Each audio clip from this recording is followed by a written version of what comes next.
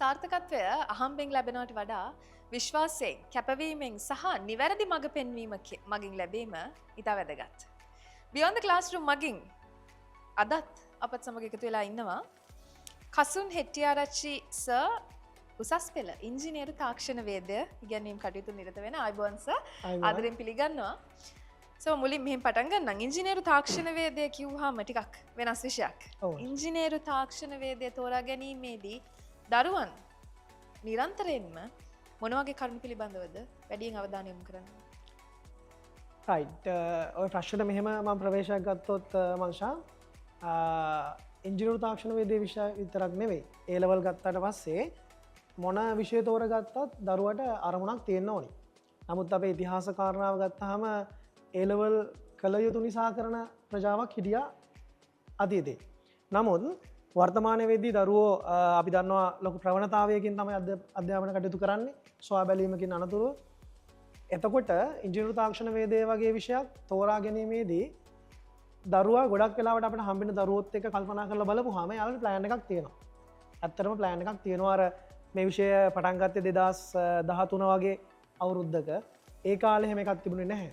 නමුත් දැන් මේ ගත වෙච්ච කාල සීමාව තුළ ලබාගත් අත්දැකීමත් එක්ක දරුවන්ට ප්ලෑන් එකක් එක්ක තමයි එන්නේ.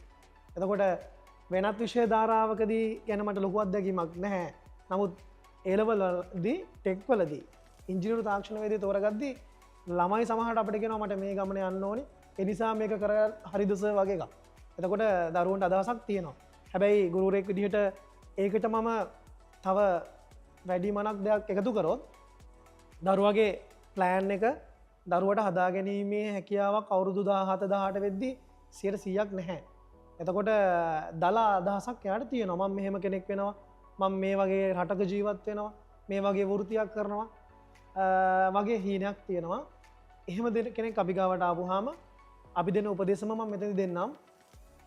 තමන්ගේ කැපැසිටි එක අනුව විෂය තෝරගන්න එක වැදගත්. එතකොට කැපැසිටි එක කියලා කියන්නේ මහ ලොකු එකක් නෙවෙයි. මේකත් එක්ක අවුරුදු දෙකක් එකගව වැඩ කරන්න පුළුවන්ද? අවුරුද්දෙන් කරන දරුවෝත් ඉන්නවා.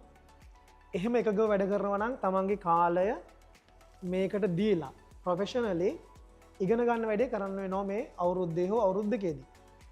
එතකොට මගේ දෙන උපදෙස තමයි මොන විෂය ධාරාව තෝරගත්තත් අංක 1 මේකේ ඊළඟ ස්ටෙප් එක ගැන පුංචි අදහසක් සමාජයෙන් තොරතුරු එකතු කරගලා බලන්න වෙනවා. ඊට පස්සේ මේක කන්ටේන් එක ගැන ගුරුවරුත් එක්ක මුලින්ම කතා බහ කරගන්න වෙනවා. ඒ කන්ටේන් එකයි තමන්ගේ ප්ලෑන් එකයි ටච් වෙනවා නම් මේක ඉස්සරහට කරගෙන යන්න පුළුවන්. එතනදී අපිත් එක්ක සම්බන්ධ වෙන දරුවන්ට අපි මීට වඩා විෂය ඇතුලේ තියෙන කාරණාව එතනින් එහාට කොහොමද මේ විෂයත් එක්ක ලෝකයේ ගැට ගැහෙන්නේ මොන වගේ උපාධි අවස්ථාද මොන වගේ විශ්වවිද්‍යාලවලද යන්න පුළුවන්. වාගේ ප්ලෑන් එකට ඒක කොච්චර දුරට ටච් වෙනවද කියන එක අපි යාළුවත් එක්ක කතා බහ කරගෙන දීර්ඝව සාකච්ඡා කරලා තනකට එනවා. කසුන්ස වසර ගණනාවක් තිස්සේ ඉංජිනේරු තාක්ෂණ වේදය ඉගැන්වීමට සාධන අධ්‍යාපන ආයතනය තෝරගෙන තියෙනවා. ඒ වගේම ප්‍රශ්නයක් ඇති වෙන්න පුළුවන් දරුවෙක්ට හෝ දෙමව්පියෙක්ට ප්‍රශ්නයක් ඇති වෙන්න පුළුවන් තම දරුවාට සාධන අධ්‍යාපන ආයතනය හෝ නිවැරදි ආයතනයක් තෝරා ගන්නකොට ඇයි සාධන අධ්‍යාපනය තෝරාගත යුත්තේ කියන ප්‍රශ්නය ඇති වෙන්න පුළුවන්. අපි ඒකට පිළිතුරක් දෙමු. ඔව්. මෙහෙමයි. දැන් අපි ගත්තට පස්සේ මොන වුණත් මේ ශේෂ්ත්‍ර ටියුෂන් කියන අදහසකින් එන්නේ. ඒකට ටියුෂන් කාර්යය ටියුෂන් කියන එකත් එක්ක ගුණාත්මක බව කියන එක පොඩි සැකයක් මතුවෙනවා දෙමව්පියන්ට වගේම මුළු මහත් සමාජයටම.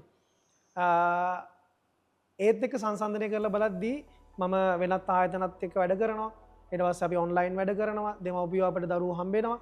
සාධන ආයතනයත් එක්ක මට තියෙන බැඳීම සහ ඒ දේවල් මතක් කරපුවාම මට මතක් වෙන්නේ මෙතන තියෙන විශ්වාසය. මෙතන තියෙන ගුණාත්මක බව. ළමයාගෙන් ගන්න ඒ මුදලට ඒ ළමයාගේ හීන වෙනුවෙන් එයා කරන කැපකිරීමට ගුරුවරු වගේම ආයතනය ඇකඩමික් නන් ඇකඩමික් ස්ටාෆ් එක හරිම සුවදශීලී විදිහට මේකේ වගකීම් සහගතව ඔවුන් වෙනුවෙන් පෙනී සිටීම තමයි සාධන ආයතනයේ විශේෂත්වය විදිහට මට කියන්න පුළුවන්. සාධන අධ්‍යාපන ආයතන විශේෂත්වය ගැන කතා කරා වගේම සර් අපිව නරඹන දරුවන්ට මෙන්ම දෙමව්පියන්ටත් අපි පුංචි පණිවිඩයක් දීලා අවසන් කරමු. රයිට්. අපි දැන් ඉංජිනේරු තාක්ෂණ වේදය විෂය ඉගන්වීමේ කටයුත්තෙන් මමත් ඒ වගේම තාක්ෂණ වේදී විෂය ධාරාව විදිහට මේ වෙනුවෙන් කැප වෙන ගුරු පෞරුෂවයක් අවුරුෂයක් එකතු වෙලා දරුවන් වෙනුවෙන් තාක්ෂණවේදී දරුවන් වෙනුවෙන් විශේෂ වැඩසටහන් ප්‍රමාණයක් නිර්මාණය කරලා තියෙනවා සාධන ආයතනය මැදිහත් වෙලා. එතකොට අපි ආරාධනා කරනවා දරුවන්ට මේ තමන්ගේ ඉදිරි අනාගතය වෙනුවෙන් හොයාගන්න නිශ්චිතම මොහොතක නිශ්චිතම වැදගත් තීන්දුවක් තමයි මේ A-level විභාගය කියලා කියන්නේ. ඒ A-level විභාගයේ ගුණාත්මක ආයතනයක ගුණාත්මක විශ්වාසනීය සහ වගකීම් සහගත ගුරු කණ්ඩායමක් එක්ක එකතු වෙලා ගමනක් ඉස්සරහට යම් කියලා ආරාධනා කරනවා. ඒ ගමනේදී ඉංජිනේරු තාක්ෂණ වේදේ විෂය ගැන ඔබගේ වගකීමෙන් ප්‍රබල කොටසක් ඔබ වෙනුවෙන් මම ගන්න සූදානම් කියලා කියමින් මං නවතිනවා. බොහොම ස්තුතියි. ඉංජිනේරු තාක්ෂණ වේද්‍ය ගැනීම් කටයුතු කරන කසුන් හෙට්ටිආරච්චි සර් අද අපිත් එක්ක එකතු වුණා Beyond the Classroom සමගින්. බොහොම ස්තුතියි සර් අපිත් එක්ක එකතු වුණාට. මෙවන් විෂයන් බොහොමයක් ගැන කතා කරන්න වගේම ඔබේ විශ්වවිද්‍යාල සිහිනය සැබෑ කරන මේ ගමන ගැන කතා කරන්න Beyond the Classroom සූදානමින් ඉන්නවා.